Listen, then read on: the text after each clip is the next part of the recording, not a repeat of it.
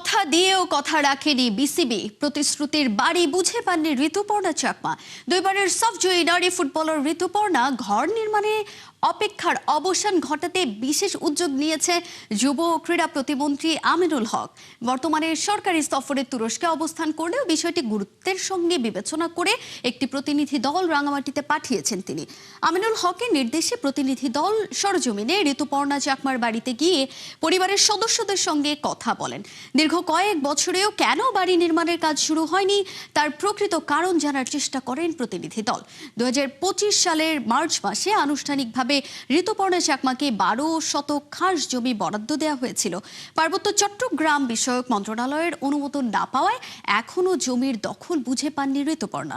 পরিদর্শন শেষে প্রাপ্ত তথ্য বিস্তারিত প্রতিবেদন দ্রুত সময়ের মধ্যে যুব প্রতিমন্ত্রীর কাছে জমা দেওয়া হবে।